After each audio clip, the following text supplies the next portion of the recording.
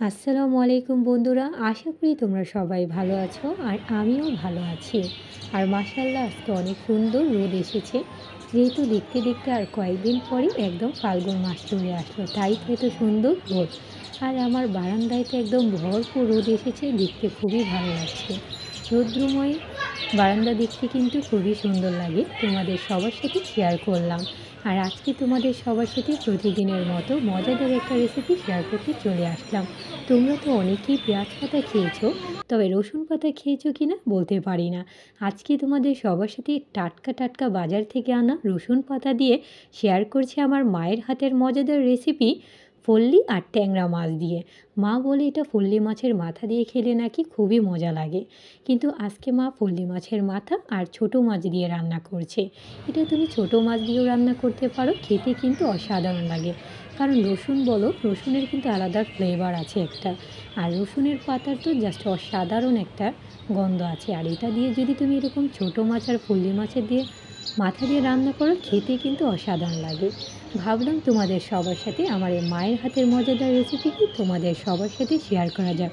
আশা করি তোমাদের কাছে ভালো লাগবে, তাই এখানে সব কিছু রেডি করে নিয়েছি রান্না করার জন্য। চলো তাহলে রান্না করার জন্য এখানে একটা কড়াই নিয়ে নিয়েছি, চুলাতে বসিয়ে দিয়েছি। আর এখন এখানে দিয়ে দিচ্ছি সয়াবিন তেল।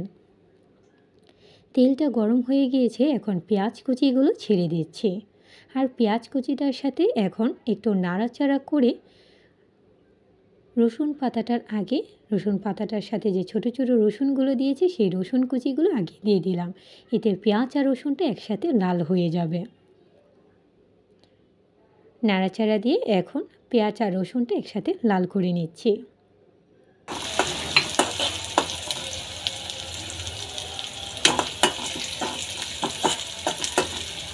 পেঁয়াজ আর রসুনটা তো লাল হতে দেরি হবে, কারণ যেহেতু দেশি পেঁয়াজ আর রসুন, তাই এগুলো কিন্তু একটু লাল হতে সময় নেয়। আর আস্তে আস্তে লাল হয়ে আসছে।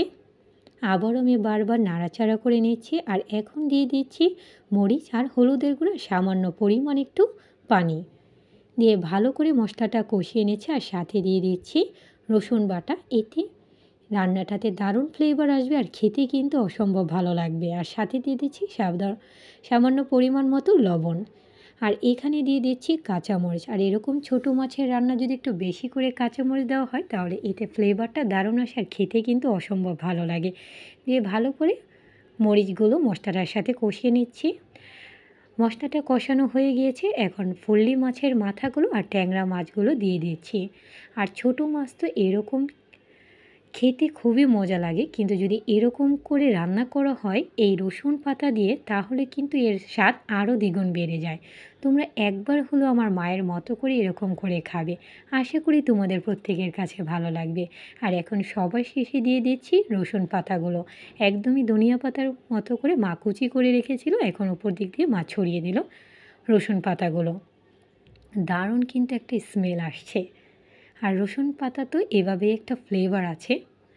এখন ভালো করে হালকা পাতলা নাড়াচাড়া করে নিল। মা বলে যে ছোটো মাছগুলো বেশি নাড়াচাড়া করা যায় না, এতে মাছগুলো ভেঙে যায়। আর এগুলো যত আস্ত থাকবে খেতে ততটাই ভালো লাগবে। আর এখন একটু বলক আসাতে মা এখন কিছুক্ষণের জন্য ঢেকে রাখছে। ঢাকনাটা তুলে নিলাম। দারুণ ফ্লেভার আসছে। তোমরা পাচ্ছ না? তোমরা পেতে হলে কিন্তু আবারও বলছি, আমার মায়ের মতো করে একবার হলেও রান্না করবে। আস্তে আস্তে তেল চলে আসছে, এতটাও শুকনো করবো না, তাহলে এর স্বাদটা থাকবে না। তোমাদের কাছে আশা করি ভালো লেগেছে, অবশ্যই লাইক কমেন্টে জানাবে। আজকে এই পর্যন্ত বিদায় নিচ্ছি। যারা এখন আমাকে সাপোর্ট করেনি, সাপোর্ট করে ফেলো। নিত্য নতুন ভিডিও দেখার জন্য আল্লাহ হাফেজ।